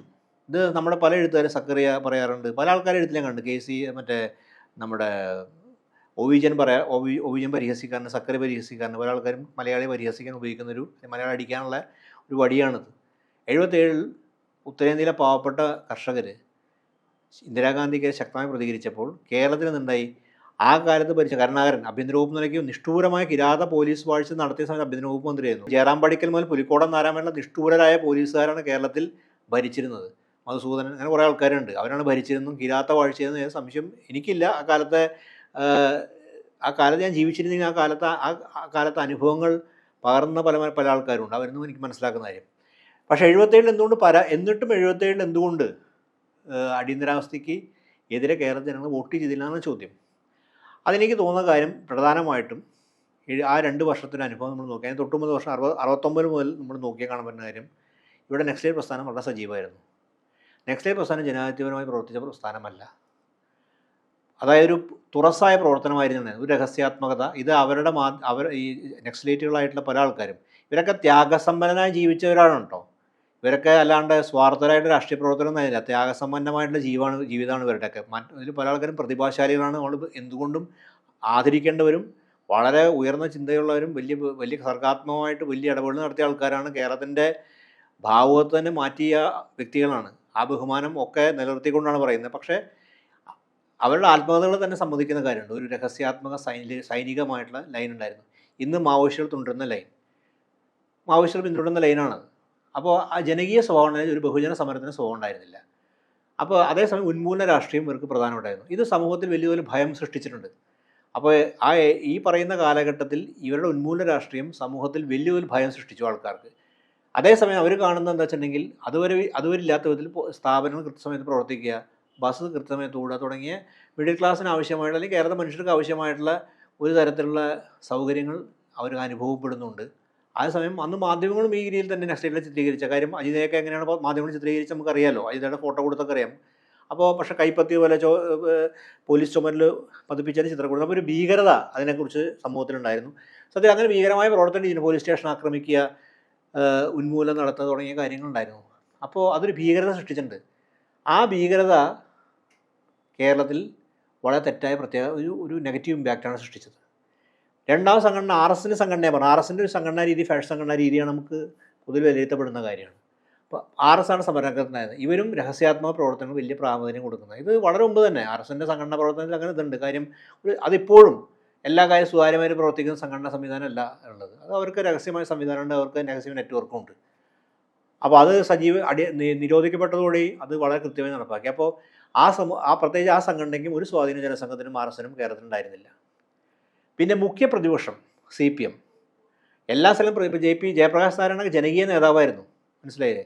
രാജനാരായണൻ ജനകീയ നേതാവായിരുന്നു, ഒരു ജോർജ് ഫെർണാണ്ടസ് ഒക്കെ നേതാവായിരുന്നു. ഇപ്പോൾ ലാലു പ്രസാദ് യാദവ്, അന്നത്തെ ഒരുപാട് ചെറുപ്പക്കാരൊക്കെ ജനകീയമായ ബന്ധങ്ങൾ നേതാക്കളായിരുന്നു. അങ്ങനെ അറസ്റ്റ് ചെയ്യപ്പെട്ട പല ആൾക്കാരും സോഷ്യലിസ്റ്റുകളും ജനതാ പാർട്ടിക്കാരൊക്കെ വളരെ ജനകീയ നേതാക്കളായിരുന്നു ആ കാലത്ത്. ഇവിടെ നിന്ന് സംഭവിച്ചത്, ഈ മാർക്സിസ്റ്റ് പാർട്ടിക്ക് ജനകീയത ഉണ്ടായിരുന്നു, CPM പ്രതിപക്ഷമായിരുന്നു, EMSനെ പോലെ ആൾ പ്രതിപക്ഷ നേതാവാണ്. ഒരു പ്രത്യക്ഷ സമരം നടത്തിയില്ല അടിയന്തരാവസ്ഥ. അപ്പോൾ ജനങ്ങളെ ഇതിനെതിരെ മൊബിലൈസ് ചെയ്യാൻ, അടിയന്തരാവസ്ഥക്കെതിരെ മൊബിലൈസ് ചെയ്യാൻ കാര്യമായ പ്രവർത്തനം നടന്നിട്ടില്ല. പ്രവർത്തിച്ചവരൊക്കെ തന്നെ ഒരു നിഗൂഢമായ രീതിയിൽ രാഷ്ട്രീയ പ്രവർത്തനമായിരുന്നു, ഒരു സമൂഹത്തിൽ ഭയം സൃഷ്ടിച്ചു. അപ്പോൾ CPMൻ്റെ പ്രവർത്തന ശേഷിയുടെ അഭാവവും അതിനെ പ്രതിരോധ പ്രവർത്തനം നടത്താത്തതിൻ്റെ പ്രശ്നവും അവൻ്റെ ദൗർബല്യവും മറ്റുണ്ട്. നെക്സലേറ്റുകളുടെയും വ്യത്യസ്ത സംഘടനകളാണ്, നെക്സലേറ്റുകളുടെയും RSൻ്റെയും സംഘടനാ രീതിയും അവരുടെ ലക്ഷ്യങ്ങളും രണ്ടാണ്. അത് നമ്മൾ വേർതിരിച്ചു. അപ്പോൾ ഞാൻ നെക്സലേറ്റ് സംഘടനകളെ ML പ്രസ്ഥാനത്തെ ഫാഷൻ സംഘടന വിളിച്ചില്ല. പക്ഷേ ഒരു ബഹുജന രാഷ്ട്രീയ ലൈൻ അവർക്കുണ്ടായിരുന്നില്ല. ബഹുജന സംഘടനകളുടെ രാഷ്ട്രീയം വികസിപ്പിക്കാൻ ലൈൻ ഉണ്ടായില്ല. ഒരു രഹസ്യാത്മകത ഉണ്ടായിരുന്നു. ഒരു ഏതാനും 4-5 പേര് ചേർന്നൊരു പ്രവർത്തന രീതിയാണ് ഉണ്ടായിരുന്നത്, പോലീസ് സ്റ്റേഷൻ ആക്രമിക്കുക. ഇത് ജനങ്ങളുടെ ഇടയിൽ ഈ സംഘടന ഒറ്റപ്പെടുത്താനും കാരണമായി. ഇത് തത്വത്തിൽ എന്തുണ്ടായി? ഇതിൻ്റെ ഫലത്തിൽ എന്തുണ്ടായി? ഫലത്തിൽ എന്തുണ്ടെങ്കിൽ അടിയന്തരാവസ്ഥയ്ക്കെതിരെയുള്ള സമരം ദുർബലപ്പെട്ടു പോയി. അപ്പോൾ കേരളത്തിൽ എന്താ ഈ പോലീസിൻ്റെ ഈ തേർവാഴ്ചയേക്കാൾ കൂടുതൽ ഈ സമയത്ത് അനുകൂലമായിട്ടുള്ളൊരു അനുഭവം ഉണ്ടായി. പിന്നെ മറ്റൊന്ന് മലയാളിയുടെ പ്രബുദ്ധത എന്ന് പറയുന്നതൊക്കെ നമ്മളൊരു മിഥ്യാധാരണ, കാരണം നമ്മൾ പലപ്പോഴും അതൊക്കെ വലിയ പ്രബുദ്ധരാണ് സാധാരണക്കാരാണ് മലയാളികൾ, എല്ലാ സംസ്ഥാനവും വരെ. പക്ഷേ അവരെ സംബന്ധിച്ച് ഒരു ഈ കാലഘട്ടത്തിൽ അവരനുഭവിച്ച ഒരു തരം സ്വാസ്ഥ്യം അവരെ സംബന്ധിച്ചിടത്തോളം, സ്വാസ്ഥ്യം പറഞ്ഞാൽ കൃത്യമായ വണ്ടി കൂടുന്ന തുടങ്ങിയ സ്വാസ്ഥ്യം അവരെ ഇതിനനുകൂലമായി ചിന്തിക്കാൻ പ്രേരിപ്പിച്ചു. ഞാനിത് പറയുന്നതിന് ന്യായീകരിക്കാനോ അതിനെ എതിർക്കാനും വേണ്ടിയല്ല പറയുന്നത്. ഈ ഒരു വസ്തുത നമ്മുടെ മുമ്പിലുണ്ട്. കാര്യം ആ കാലത്ത് പ്രതിരോധം മൊബിലൈസ് ചെയ്തുകൊണ്ട് ജനകീയ പ്രസ്ഥാനം മൊബിലൈസ് ചെയ്യപ്പെടുന്ന സംസ്ഥാനങ്ങളെ പോലെ നടന്നിട്ടില്ല. അപ്പോൾ ആ നിലയിൽ ഇതിനോടൊരു വിപ്രതിപത്തി ജനങ്ങൾക്കിടയിൽ ഉണ്ടായിരുന്നു. ഈ രണ്ട് സംഘടന, പ്രത്യേകം നക്സലൈറ്റുകളും അറസ്റ്റുകളും സംഘടനാ സംവിധാനത്തോടും അവരുടെ പ്രവർത്തനങ്ങളോടും വിപ്രതിപത്തി ഉണ്ടായിരുന്നു. CPM ആണ് സമരരംഗത്ത് ഉണ്ടായിരുന്നില്ല അന്ന് പ്രതിപക്ഷ രാഷ്ട്രീയ നിലയ്ക്ക്. അപ്പോൾ അതിൻ്റെ റിസൾട്ട് എന്തുണ്ടായി? സർക്കാരിന് അന്നത്തെ ആഭ്യന്തരമന്ത്രി കരുണാനിധിയുള്ള മുന്നണിയെ തിരഞ്ഞെടുക്കാനുള്ള പ്രവണത ആണ് കേരളം പ്രകടിപ്പിച്ചത്. ഇതാണ് കേരളത്തിൽ ചുറ്റുവാനുള്ള കാരണമായി മാറിയതെന്നാണ് എൻ്റെ ഒരു വിലയിരുത്തൽ. കൂടുതൽ ആഴത്തിൽ പഠിക്കേണ്ട കാര്യം നമ്മൾ അതിൻ്റെ വോട്ടിംഗ് സ്ട്രക്ചർ, വോട്ടിംഗ് ബിഹേവിയർ, അങ്ങനെ പല കാര്യം നമ്മൾ നോക്കുകയും അതിൻ്റെ പാറ്റേണിലൊക്കെ നോക്കേണ്ടതാണ്. പക്ഷേ ഇതാണ് എനിക്ക് മനസ്സിലാക്കാൻ പറ്റിയ കാര്യം. നമ്മുടെ ചർച്ചയുടെ തുടക്കത്തിൽ പറഞ്ഞൊരു കാര്യമായിരുന്നു പ്രസ് സെൻസർഷിപ്പ് എന്ന് പറയുന്നത്. അടിയന്തരാവസ്ഥയുടെ സമയത്ത് ഏറ്റവും കൂടുതൽ ചർച്ച ചെയ്യപ്പെട്ടൊരു വിഷയം ഈ പ്രസ് സെൻസർഷിപ്പ് തന്നെയാണ്. ഇന്ന് അടിയന്തരാവസ്ഥ ഇല്ലാതെ തന്നെ മാധ്യമങ്ങൾ ഭരണകൂടങ്ങളുടെ ദാസ്യന്മാരായി മാറിക്കൊണ്ടിരിക്കുന്ന ഒരു കാഴ്ച നമുക്ക് കാണാൻ കഴിയും. അതുകൊണ്ട് തന്നെ ഇന്ത്യയിലെ ഫാസിസ്റ്റ് ഭരണകൂടങ്ങൾക്ക് വളരാൻ ഇതൊരു അവസരമായി മാറുന്നുണ്ടോ? ഞാൻ നേരത്തെ സൂചിപ്പിച്ച പോലെ അടിയന്തരാവസ്ഥ കാലത്തുള്ള മാധ്യമങ്ങൾ എന്നൊക്കെ തന്നെയാണെങ്കിലും ആ പഴയ ദേശീയ ഭൂഷ്വാസിയുടെ ചില ഗുണങ്ങൾ കാണിച്ചിരുന്ന മാധ്യമങ്ങളാണ്. ഇത് ഞാൻ മാത്രം ഒവിജനെ പോലെ ആൾക്കാരും നിരീക്ഷിക്കുന്നത് ഇതേ സമാനമായ രീതിയിൽ. അന്ന് മാധ്യമങ്ങളെ രൂക്ഷമായി ഒവിജൻ വിമർശിക്കുന്ന നോവലാണ് ധർമ്മപുരാണത്തിൽ വരുന്നുണ്ട്. പക്ഷെ എന്നിരുന്നാലും ഇന്ത്യൻ എക്സ്പ്രസ് പോലെ പല മാധ്യമങ്ങളും അവരുടെ എഡിറ്റോറിയൽ പേജ് ഒഴിച്ചിട്ടുകൊണ്ടും അല്ലെങ്കിൽ അതിൽ കറുത്ത നിറം പൂശിക്കൊണ്ടൊക്കെയാണ് പ്രസിദ്ധീകരിച്ചത്. അപ്പോൾ ഒരു പ്രതിഷേധം മാധ്യമരംഗത്തുണ്ടായിരുന്നു. മാത്രമല്ല അതിനകത്ത് മാധ്യമപ്രവർത്തകരും, ഇപ്പോൾ BRPയുടെ നമ്മുടെ ആത്മകഥയിൽ പറയുന്നുണ്ട്, ഈ പുതുക്കുന്നില്ല BRP അത് തൻ്റെ പ്രസ് കാർഡ് പുതുക്കുന്നില്ല. കാര്യം അടിയന്തരാവസ്ഥ തുടരുന്ന വെച്ചാൽ അവിടെ പത്രപ്രവർത്തനം നിർത്താൻ തീരുമാനിച്ചിരിക്കുകയാണ്. അത് വലിയ തീരുമാനമാണ്. കാര്യം പിന്നെ അതിൽ നിന്ന് ജീവിക്കാൻ അതിൽ ആഗ്രഹിക്കുന്നതാണ് BRP ചെയ്യുന്നത്. അപ്പോൾ അത്രയും വലിയ ആൾക്കാർ ഇപ്പോൾ മാധ്യമരംഗത്ത് പ്രവർത്തിച്ചിരുന്നു. നമ്മളിന്ന് പിന്നീട് നമ്മൾ അധികായന്മാരെന്ന് വിളിക്കുന്ന ആൾക്കാരാണ് അതിൻ്റെ അത്. അതേസമയം അടിയന്തരാവസ്ഥ ന്യായീകരിച്ച പലരുണ്ട്. ഇപ്പോൾ എനിക്ക് തോന്നുന്നു പല പ്രമുഖരായ പല പത്രപ്രവർത്തകരും, പിന്നീട് നമ്മൾ ഇവിടെ സെലിബ്രിറ്റി പല പത്രപ്രവർത്തകരും അടിയന്തരാവസ്ഥ ന്യായീകരിച്ചിട്ടുണ്ട്. അപ്പോൾ അതും നമുക്ക് കാണാൻ സാധിക്കും. എങ്കിലും നമ്മുടെ മാധ്യമപ്രവർത്തകർ വലിയ ഭാഗം അതിനെ എതിർത്തിരുന്നു. മാധ്യമ മുതലാളിമാരും എതിർത്തിരുന്നു, മാധ്യമ ഉടമകളും. ഇന്ന് സ്ഥിതി മാറി. ഇന്ന് സ്ഥിതി മാറിയെന്ന് വെച്ചിട്ടുണ്ടെങ്കിൽ വ്യാപകമായ രീതിയിൽ കോർപ്പറേറ്റ് ക്യാപിറ്റലും ഒക്കെ തന്നെ മാധ്യമത്തെ മാറ്റി. അപ്പോൾ പണ്ട് മാധ്യമം ലാഭകരമായ വ്യവസായമായിരുന്നു. മാധ്യമം തന്നെ ലാഭകരമായ വ്യവസായമായിരുന്നു. അപ്പോൾ ചണമുതലാളിമാരുടെ പണമാണ് മാധ്യമത്തിൽ ഇറങ്ങിയെന്നുള്ള ഒഴിഞ്ഞ വിമർശനമുണ്ട്, ജൂട്ട് ക്യാപിറ്റലിസ്റ്റ് എന്ന് വിളിക്കുന്ന ആൾക്കാരുടെ. പക്ഷേ ഇന്നതല്ല. ഇന്ന് നമുക്കറിയാം പലതരത്തിലുള്ള ക്യാപിറ്റലിസ്റ്റുകളും പണം മുടക്കുന്നുണ്ട്. മർഡോക്ക് ആണ് അതിൻ്റെ ഒരു മാതൃക. മർഡോക്ക് പിന്നെ മാധ്യമം കേന്ദ്രീകരിച്ചുള്ളതാണ്. പക്ഷേ ഇന്ന് അത് മാത്രമല്ല, മറ്റ് വ്യവസായങ്ങളിൽ തൽപരരായ ആൾക്കാർ മാധ്യമത്തിൽ പണം മുടക്കുന്നുണ്ട്. അദാനി തന്നെ ഏറ്റവും വലിയ ഉദാഹരണം. അവരുടെ മാധ്യമം എന്താ, അവരുടെ കോർപ്പറേറ്റ് താല്പര്യങ്ങൾക്കും ആ കോർപ്പറേറ്റ് താല്പര്യങ്ങൾക്ക് കൂടെ നിന്ന് സർക്കാരിനും അനുകൂലമായിട്ട് വാർത്തകൾ പ്രചരിപ്പിക്കുക, അല്ലെങ്കിൽ അതിനുള്ള വാർത്തകൾ തമസ്കരിക്കുക, അല്ലെങ്കിൽ അതിനെ ആൾക്കാരെ അപകീർത്തിപ്പെടുത്തുക തുടങ്ങിയ പ്രവർത്തനങ്ങളിൽ നിന്ന് വ്യാപകമായി നടക്കുന്നുണ്ട്. അപ്പോൾ അത് ആസൂത്രിതമായ രീതിയിൽ, പ്രത്യേകിച്ച് അതിൻ്റെ സോഷ്യൽ മീഡിയ ഉണ്ട്. സോഷ്യൽ മീഡിയ എന്നുള്ള സംവിധാനം, അടിയന്തരാവസ്ഥക്കാലം സോഷ്യൽ മീഡിയ ഇല്ലല്ലോ, ഇന്ന് സോഷ്യൽ മീഡിയ ഉണ്ട്. സോഷ്യൽ മീഡിയ പ്രതിഷേധത്തിൻ്റെ വേദിയായിരിക്കെ തന്നെ ഏറ്റവും വലിയ പല്ലവർഷവൽക്കരണത്തിൻ്റെ വേദിയും കൂടിയാണ്. അപ്പോൾ നമ്മളിന്നത്തെ ഈ ഒരുപാട് മുഖ്യധാരാ മാധ്യമങ്ങൾ കോർപ്പറേറ്റുകൾ കൈയടക്കി വയ്ക്കുകയും ആ നിലയിൽ ദാസ്യം പ്രകടിപ്പിക്കുകയും നമുക്ക് മനസ്സിലാക്കാത്ത വിധത്തിൽ കോർപ്പറേറ്റ് ഈ സർക്കാർ ഭരണകൂടത്തിന് അനുകൂലമായ വാർത്തകൾ കൊടുക്കുകയും വളരെ ഉന്മാദ ദേശീയത എന്ന് വിളിക്കുന്ന സ്ഥാനത്ത് ഒരു ദേശീയ വികാരം ഉണ്ടാക്കുകയൊക്കെ ചെയ്യുന്ന കാര്യം നമുക്ക് നടന്നുകൊണ്ട് അത് നിത്യേന നടക്കുന്ന കാര്യം. ഉദാഹരണത്തിന് ഇന്ത്യ പാകിസ്ഥാൻ സംഘർഷണ സമയത്ത് യുദ്ധവെറിയ തലത്തിലേക്ക് മാധ്യമങ്ങൾ മാറി, യുദ്ധപര തലത്തേക്ക് മാധ്യമങ്ങൾ മാറി. അതായത് യുദ്ധത്തെക്കുറിച്ച് സംശയം പ്രകടിപ്പിക്കുന്നവർ അല്ലെങ്കിൽ ഇതായി ബന്ധപ്പെട്ട് വിമർശനം ഉന്നയിക്കുന്ന മനുഷ്യന്മാർ എല്ലാ കാലത്തും എല്ലാ സമൂഹത്തിലും ഉണ്ടായിട്ടുണ്ട്. അത് ശരിയായ നിലപാടും തന്നെയാണ്. ആ ശരിയായ നിലപാട് യുദ്ധത്തെ എതിർക്കുക എന്നുള്ളതാണ് മാനവീയമായ നിലപാട്. അത് ഉയർത്തിയവർ എല്ലാ കാലത്തും എവിടെയും ഉണ്ടായിട്ടുണ്ട്. പക്ഷേ അങ്ങനെ പറയുന്നവരെ അറസ്റ്റ് ചെയ്ത് ജയിലടക്കിയ സംവിധാനം ആദ്യമായിട്ടുണ്ട്. അതിനൊക്കെ മാധ്യമങ്ങൾ കൂട്ടുനിന്നു. മാധ്യമങ്ങളിലൂടെ ഇത് വലിയ തോതിൽ പ്രചരിപ്പിക്കപ്പെട്ടു. എല്ലാ മാധ്യമങ്ങളും ഈ ഒരു ട്രെൻഡിലേക്കാണ് പോയത്. ഈ വാർത്തകൾ, അതായത് ഈ ഒരു യുദ്ധവരി പറയുന്ന ആൾക്കാർ അല്ലെങ്കിൽ അത് പ്രകടിപ്പിക്കുന്ന ആൾക്കാരെ ചർച്ച ചെയ്യാൻ വിളിച്ചുകൊണ്ടിരുത്തി എന്നിട്ട് അവരെ കൊണ്ട് പറയിപ്പിക്കുക.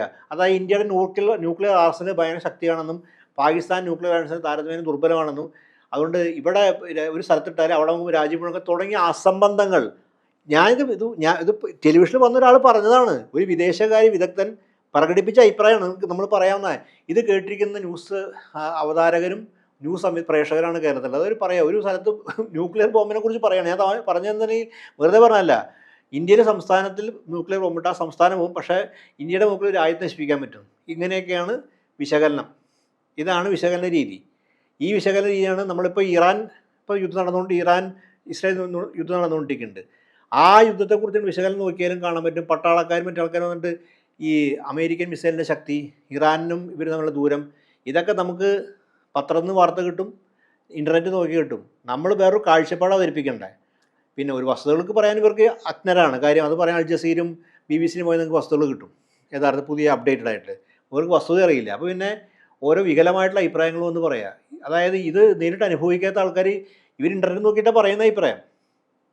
അപ്പോൾ അപ്പോൾ ഇങ്ങനത്തെ ഒരു സംവിധാനം ലോകവ്യാപകമായി വന്നു കഴിഞ്ഞിട്ടുണ്ട്. അത് വലതുപക്ഷവൽക്കരിക്കപ്പെട്ടു. ഇത് വലതുപക്ഷവൽക്കരിക്കപ്പെട്ടതാണെന്ന് പറഞ്ഞ് മനസ്സിലാക്കാനും ബുദ്ധിമുട്ടായി. അത് പറഞ്ഞ രണ്ട് കാര്യം: ഒന്ന്, നമ്മളെ തിരസ്കരിക്കും, നമ്മളെ വേറെ തരത്തിൽ ക്യാൻസൽ ചെയ്യും, അത് ചെയ്യും. രണ്ടാമത് ഇവർക്ക് തന്നെ മനസ്സിലായാൽ തന്നെ ഇവർ മനസ്സിലായിക്കൊണ്ട് പ്രവർത്തിക്കുന്നതാണ്. വലതുപക്ഷവൽക്കരണം മനസ്സിലായിക്കൊണ്ട് പ്രവർത്തിക്കുകയാണ്. അതുകൊണ്ട് അപ്പോൾ ഒരു തരത്തിൽ ഈ റേറ്റിംഗ് എന്നൊക്കെ പറയുന്ന സാമ്പത്തികം നമുക്ക് മനസ്സിലാക്കേണ്ട കാര്യമാണ്. അപ്പോൾ ഈ കമ്മോഡിഫിക്കേഷൻ എന്നുള്ളത് അതിൻ്റെ വേറെ സ്റ്റേജിലേക്ക് കടന്നു കഴിഞ്ഞു. കമ്മോഡിഫിക്കേഷൻ്റെ ആ കമ്മോഡിറ്റി ഫിക്സേഷൻ എന്നൊക്കെ വേറെ ഇതിലേക്ക് തന്നെ മാറിക്കഴിഞ്ഞ് കഴിഞ്ഞു. അതിന് ആ ഭയഭക്തി ബഹുമാനത്തിനപ്പുറം അതിനേക്കാൾ വിശുദ്ധമായ എന്തോ ആയി മാറ്റുന്ന ഒരു സ്ഥിതി വിശേഷമായി മാറി. അപ്പോൾ ഇതാണ് ഇന്ന് നിൽക്കുന്ന മാധ്യമപ്രവർത്തന പൊതു സ്വഭാവം. അപ്പോൾ ആ ഒരു മാധ്യമ ധാസ്യം ഭരണകൂടം തന്നെ ഇനി പ്രകടനം വളരെ പ്രകടമായിട്ട് വലിയ വിമർശനം ഉന്നയിക്കുന്നവരുടെ മാധ്യമം വാസ്തവപരമായി ചെയ്തുകൊണ്ടിരിക്കുന്ന ദാസ്യവേല തന്നെയാണ്. ഏതൊക്കെ ഒരു ദാസ്യപ്പണി ചെയ്തുകൊണ്ടിരിക്കുന്നുണ്ട്. ഇത് പൊതു ട്രെൻഡായി മാറിക്കഴിഞ്ഞിരിക്കുന്ന സാഹചര്യമാണുള്ളത്. അപ്പോൾ ഈ ഒരു യാഥാർത്ഥ്യം വലിയ തോതിലുള്ള മൂലധന നിക്ഷേപം വരുന്നു, മൂലധന താല്പര്യങ്ങൾ നിയന്ത്രിക്കുന്ന മാധ്യമ സംവിധാനമാകുന്നു. അങ്ങനെ എല്ലാ മാനദണ്ഡത്തിലും വരുന്ന സമയത്ത് അതേസമയം ഇതിൻ്റെ മറുവശം എന്ന് പറയുന്ന കാര്യം വെച്ചിട്ടുണ്ടെങ്കിൽ ഇന്നത്തെ കാലം ഏറ്റവും ജനാധിപത്യപരമായിട്ട് സാങ്കേതികവിദ്യയുടെ കാലം കൂടിയാണ്. നമുക്ക് സാങ്കേതികവിദ്യയുടെ കാര്യം എന്താ പറയുക, നമ്മളൊരു തരത്തിൽ ലിബറേഷൻ ടെക്നോളജി എന്ന് വിളിച്ചാൽ തെറ്റുണ്ടാവില്ല. വിമോചനാത്മക സാങ്കേതികവിദ്യയാണ്. നമുക്ക് ഒരു ക്യാമറ ഉപയോഗിച്ചുകൊണ്ട് നമുക്ക് വ്യത്യസ്തമായ വിഷയങ്ങൾ റെക്കോർഡ് ചെയ്യും, അവതരിപ്പിക്കാനും മാധ്യമങ്ങളും അവന്യൂസും ഇതുണ്ടായിട്ടുണ്ട്. അപ്പോൾ അങ്ങനെ ഒരു വശം കൂടി ഉണ്ടാകുന്നത് മുമ്പില്ലാത്തതില്ല. അച്ചടിയുടെ കാലത്ത് അതില്ല. അച്ചടിയുടെ കാലത്ത് താരതമ്യം കുറവാണ്. ടെലിവിഷൻ മാത്രമുള്ള കാലത്ത് നമുക്ക് ഡിജിറ്റലിൻ്റെ കാലത്ത് അങ്ങനെ ഗുണമുണ്ട്. അപ്പോൾ നമ്മൾ അങ്ങനെ ഒരു വശം കൂടി ഉണ്ടാക്കുന്നുണ്ടെങ്കിലും ആ മേഖല പോലും കൈയടക്കാനും അതിലപ്രമാദിത്വം സ്ഥാപിക്കാനും ആ രീതിയിലൊരു ധ്രുവീകരണം സൃഷ്ടിക്കാനും ഉള്ള ശ്രമങ്ങൾ വ്യാപകമായിട്ടുണ്ട്. ഇതിൻ്റെ പ്രതിഫലനം എല്ലാ സ്ഥലത്തും കാണാൻ പറ്റും. ഇതിനെക്കൊണ്ട് നമുക്ക് ഇതിനുള്ള ചെറുത്തുനിൽപ്പ് എന്ന് പറഞ്ഞാൽ വ്യത്യസ്തമായ ചിന്തിക്കുന്ന ആൾക്കാരിലേക്ക് എത്തുന്ന വിധത്തിൽ, അതായത് റോസ ലക്സംബർഗിൻ്റെ ഒരു പ്രധാനപ്പെട്ടൊരു കൊട്ടേഷൻ ഉണ്ട്. The freedom of thought is the freedom to think differently എന്ന് പറയുന്നുണ്ട്. എക്സാക്ട് കൊട്ടേഷൻ ഇങ്ങനെയല്ല. അതായത് വ്യത്യസ്തമായി ചിന്തിക്കാനുള്ള സ്വാതന്ത്ര്യമാണ് അഭിപ്രായ സ്വാതന്ത്ര്യം എന്നുള്ളത്. അപ്പോൾ അഭിപ്രായ സ്വാതന്ത്ര്യം അങ്ങനെയാണ് നമ്മൾ കാണേണ്ടത്. വ്യത്യസ്തമായ അഭിപ്രായം വ്യത്യസ്തമായി ചിന്തിക്കാനും വിമതമായിട്ട് ആലോചിക്കാനുള്ള സ്വാതന്ത്ര്യമാണ് അഭിപ്രായ സ്വാതന്ത്ര്യം. അഭിപ്രായ സ്വാതന്ത്ര്യം എന്ത് അഭിപ്രായം, വലതുപക്ഷ അഭിപ്രായങ്ങൾ പറയാനുള്ള സ്വാതന്ത്ര്യം ആൾക്കാർ തിരിച്ചിരിക്കുക. കുറേ വലതുപക്ഷക്കാരെ വിളിച്ചു വരുത്തിയിട്ട് ചാനലിലും ചർച്ചയിൽ ഇരുത്തിയിട്ട് ഏറ്റവും വലതുപക്ഷ അഭിപ്രായങ്ങൾ വളരെ ഭംഗിയിൽ പറഞ്ഞുകൊണ്ട് അഭിപ്രായ സ്വാതന്ത്ര്യം ആവുന്നില്ല. വിമതവും വ്യത്യസ്ത അഭിപ്രായം പറയാനുള്ള അവസരം ലഭിക്കുകയും ആ അവസരങ്ങൾ സമൂഹത്തിൽ എത്തുമ്പോഴാണ് എന്തുണ്ടാവുന്നത്, വ്യത്യസ്ത ജനാധിപത്യവും അഭിപ്രായ സ്വാതന്ത്ര്യം പുലരുന്നത്. അവസാനമായിട്ട് ഒരു ചോദ്യം. രാഹുൽ ഗാന്ധി പലപ്പോഴും അടിയന്തരാവസ്ഥ ഒരു തെറ്റായ തീരുമാനമാണെന്ന് പറയാൻ സന്നദ്ധ കാണിയിട്ടുണ്ട്. കുറച്ച് വർഷം മുമ്പ് കോൺഗ്രസ് പ്ലീനറി സമ്മേളനത്തിൽ വെച്ചിട്ട് emergency was A mistake, my grand mother made A mistake എന്ന് അദ്ദേഹം തുറന്നു പറഞ്ഞിട്ടുണ്ട്. എന്നാൽ കോൺഗ്രസ് പാർട്ടി അങ്ങനെ ഒരു ഔദ്യോഗികമായിട്ടുള്ളൊരു പ്രഖ്യാപനം നടത്തിയിട്ടുമില്ല. എന്തുകൊണ്ടായിരിക്കും അവർ അങ്ങനൊരു തുറന്നു പറച്ചിൽ നടത്താത്തത്? അതല്ല, ഇപ്പോൾ നിങ്ങൾ പറഞ്ഞ പ്രധാനപ്പെട്ട ചോദ്യം. രാഹുൽ ഗാന്ധി ഒരു കോൺഗ്രസിന് തന്നെ ഒരു വ്യത്യസ്തമായിട്ടൊരു സ്വഭാവം ചിന്തിക്കുന്ന ആളാണ്. കോൺഗ്രസിൻ്റെ പരമ്പരാഗത ശീലങ്ങളും ദൗർബല്യങ്ങളും രാഹുൽ ഗാന്ധിക്ക് ഇല്ല എന്ന് നമുക്ക് അറിയാം. പരമ്പരാഗത സ്വഭാവം ശീലങ്ങളില്ലാണ് കോൺഗ്രസ് പോലെ വലിയ ബൃഹത്തായ പ്രസ്ഥാനത്തിൽ പരമ്പരാഗത സ്വഭാവം ശീലങ്ങൾ എന്ന് പറഞ്ഞെങ്കിൽ ഒരു തരത്തിലുള്ള ഈ എന്താ പറയുക സ്റ്റീരിയോ ടൈപ്പായ രീതിയിൽ കാര്യങ്ങൾ പെരുമാറുക. സ്റ്റീരിയോ ടൈപ്പ് എന്നല്ല, ഒരു തരം ഒരു ദാസ്യ സ്വഭാവത്തിന് പെരുമാറുക, സൈക്കോ ഫാൻസി, അങ്ങനെയുള്ള പല സ്വഭാവമുണ്ട്. അതുപോലെ ഈ വൻകിട മൂലധനത്തോടുള്ള അവരെയൊക്കെ പ്രീണിപ്പിക്കുന്ന ഒരു സംവിധാനം കോൺഗ്രസ്സുണ്ട്. ആ ഒരു കോൺഗ്രസ് സംസ്കാരത്തിൽ ഉണ്ടായതാണ്. പക്ഷേ രാഹുൽ ഗാന്ധി ഇതിനേക്കാൾ വ്യത്യസ്തമായിട്ട് സമീപനം എടുക്കുന്നത്. അതുകൊണ്ട് നമുക്ക് പലപ്പോഴും തോന്നുന്ന കാര്യം, നമ്മൾ പല ആൾക്കാരും പറയുന്ന കാര്യം, നമ്മൾ ആദർശാത്മക ഇടതുപക്ഷം എന്ന് വിളിക്കുന്ന രാഷ്ട്രീയത്തിൻ്റെ പല വ്യക്തിത്വവും അല്ലെങ്കിൽ അതിൻ്റെ വ്യക്തതയും രാഹുൽ ഗാന്ധിക്ക് കാണാൻ പറ്റും. പ്രായോഗികമായിട്ട് അങ്ങനെ രാഹുൽ ഗാന്ധിക്ക് അത് കൊണ്ടുവരാൻ പറ്റുന്ന കാര്യത്തിൽ എനിക്ക് നമുക്കെല്ലാവർക്കും പല ആൾക്കാർക്ക് സംശയമുണ്ട്. കാര്യം പ്രായോഗികമായിട്ട് അതിൻ്റെ ഒരു വലിയതുപോലെ മൊബിലൈസേഷൻ അത് രാഹുൽ ഗാന്ധിക്ക് പറ്റുന്നുണ്ടോ എന്ന് ചോദിച്ചാൽ അത് ഒരുപക്ഷെ ആ സംഘടനാ സംവിധാനം ഉപയോഗിച്ച് രാഹുൽ ഗാന്ധി പൂർണ്ണമായിട്ടും പറ്റുന്നുണ്ടാവുന്നില്ല. പക്ഷേ അതേസമയം രാഷ്ട്രീയ കാഴ്ചപ്പാടിലൊക്കെ തന്നെ വളരെ ഒരു പതിവ് കോൺഗ്രസിൽ നിന്ന് വ്യത്യസ്തമാണ്. ഇത് രാഹുൽ ഗാന്ധിക്ക് തന്നെ ഒരു പ്രശ്നമായി വരുമെന്നുള്ള കണ്ടറിയില്ല. കാര്യം കോൺഗ്രസിൻ്റെ പോലെ രാഷ്ട്രീയ സംഘടനയിൽ അതിൻ്റെ സ്വഭാവത്തിന് നിൽക്കുന്നത് കുറച്ച് പക്ഷേ ഒരു രാഷ്ട്രീയ പ്രയോഗത്തിന് ചിലപ്പോൾ ഗുണകരമായിരിക്കും അഭിപ്രായം പറയുന്നവരുണ്ട്. അവർ രാഹുൽ ഗാന്ധി വിരുദ്ധരായിട്ടല്ല പറയുന്നത്. രാഹുൽ ഗാന്ധിയുടെ രാഷ്ട്രീയം കുറച്ചുകൂടി മുന്നോട്ട് പോകണമെങ്കിൽ ചില വിട്ടുവീഴ്ചകൾ സംഘടനാപരമായിട്ട് തന്നെ രാഹുൽ ഗാന്ധി ചെയ്യുന്ന നന്നായിരിക്കുന്ന അഭിപ്രായം പ്രായോഗികമായിട്ട് ഗുണം ചെയ്യുമെന്ന് പറയുന്നവരുണ്ട്. അപ്പോൾ രാഹുൽ ഗാന്ധി എന്തായാലും അടിയന്തരാവസ്ഥയെക്കുറിച്ച് അഭിപ്രായം പറയാൻ കാരണം ആ തെറ്റാണെന്ന് പറയുന്ന ഒരു സത്യസന്ധത ഉണ്ടല്ലോ, അത് വളരെ അപൂർവമാണ്. രാഷ്ട്രീയ നേതാക്കൾ അത് വ്യക്തിപരമായിട്ട് രാഷ്ട്രീയ നേതാക്കൾ വളരെ അപൂർവതയുള്ളതാണ്. ആ സത്യസന്ധത രാഹുൽ ഗാന്ധി എക്കാലത്തും പ്രകടിപ്പിച്ചിട്ടുണ്ട്. രാഹുൽ ഗാന്ധി നമുക്കൊരു പ്രോമിസായെന്നും രാഹുൽ ഗാന്ധി വിശ്വസിക്കാൻ തോന്നുന്നതും എന്തുകൊണ്ടാണ്? ഈ സത്യസന്ധതയാണ്. ആ ഓണസ്റ്റി എന്നുള്ള കാര്യം അത് രാഷ്ട്രീയ നേതാക്കൾക്ക്, കോൺഗ്രസ്സിലല്ല, രാഷ്ട്രീയ നേതാക്കൾക്ക് പൊതുവെ കുറവാണ്. ഒരാളും തന്നെ തെറ്റ് സമ്മതിക്കില്ല, അല്ലെങ്കിൽ തങ്ങളുടെ പൂർവികരെ തെറ്റ് സമ്മതിക്കില്ല. നമുക്ക് നമ്മുടെ നിത്യാനുഭവങ്ങളുണ്ട്. CPI അടിയന്തരാവസ്ഥ വന്നിട്ട് തെറ്റ് സംഭവിച്ചിട്ടുണ്ടോ? ഒരു സംഭവിച്ചിട്ടില്ലല്ലോ. രാഹുൽ ഗാന്ധിക്ക് ആർജവമുണ്ട്. ആ ആർജവം വരുന്നത് തൻ്റെ രാഷ്ട്രീയ സത്യസന്ധതയിൽ നിന്നാണ്. ആ സത്യസന്ധത വരുന്ന ഇവിടെ നിന്നാണ്? തൻ്റെ വൈജ്ഞാനിക അറിവിൽ നിന്നും തൻ്റെ മനസ്സിലാക്കലിൽ നിന്നും വലിയൊരു ആ ഒരു അനുഭവത്തിൻ്റെ അടിസ്ഥാനത്തിൽ പറയുന്ന കാര്യമാണ്. സ്വന്തം ആരെയാണ് തിരുത്തുന്നത്? സ്വന്തം മുത്തശ്ശിയാണ് തിരുത്തുന്നത്. അവിടെ അതിൻ്റെ പ്രത്യേകതയും കൂടി ഉണ്ട്. ആ തിരുത്താൻ യാതൊരു മടിയും കാണിക്കാത്ത സത്യസന്ധതയാണ് രാഹുൽ ഗാന്ധിയുടെ. അപ്പോൾ കുടുംബപരമായിട്ട് കീഴ്വഴക്കണമെന്നും അംഗീകരിച്ച് കൊണ്ടുപോകുന്ന ഒരാളല്ല എന്നും കൂടി കാണണം. അപ്പോൾ അതൊരു മഹത്വമായിട്ട് തന്നെ കാണണം. രാഹുൽ ഗാന്ധിക്ക് ആ ഒരു ക്വാളിറ്റി ഉണ്ടെന്നുള്ള കാര്യം എനിക്ക് സംശയമില്ല. വളരെ ആ ക്വാളിറ്റി പ്രകടിപ്പിക്കുന്ന അപൂർവം രാഷ്ട്രീയ നേതാക്കളുടെ ഒരാളാണ്. അത് വിജയകരമായ ക്വാളിറ്റി ആണോ എന്ന് അറിയില്ല. പക്ഷേ കാര്യം അത് സമൂഹമാണ് തീരുമാനിക്കുന്നത്. ആ ക്വാളിറ്റി അംഗീകരിക്കുക എന്ന് പറഞ്ഞാൽ നമ്മുടെ സമൂഹം തന്നെ ഒരു ഉയർന്ന രീതിയിൽ ചിന്തിക്കാൻ തുടങ്ങുന്ന കൂടി അഭിപ്രായം എനിക്കുണ്ട്. ആ ക്വാളിറ്റി അംഗീകരിക്കുന്ന സമൂഹം ഉയർന്ന രീതിയിൽ ചിന്തിക്കുന്ന സമൂഹമായിരിക്കും കൂടി അഭിപ്രായമുണ്ട്. അത് മാത്രമല്ല ഒരു ഗാന്ധിയൻ വെർച്വയാണ് അത്. രാഹുൽ ഗാന്ധിയിൽ കാണുന്ന ശരിക്കും പറയാൻ ഒരു നെഹ്റുവിയൻ ഗാന്ധിയൻ വെർച്വയാണ്. മഹാത്മാഗാന്ധിയിൽ കാണുന്ന ഒരു വെർച്വ ഉണ്ടല്ലോ, ആ ഓണസ്റ്റി, സത്യസന്ധത. അതാണ് ഗാന്ധിയിൽ പ്രവർത്തിക്കുന്ന, രാഹുൽ ഗാന്ധി പ്രവർത്തിക്കുന്ന നെഹ്റുവിയൻ ആയിട്ടൊരു ക്വാളിറ്റിയും കൂടിയാണ്.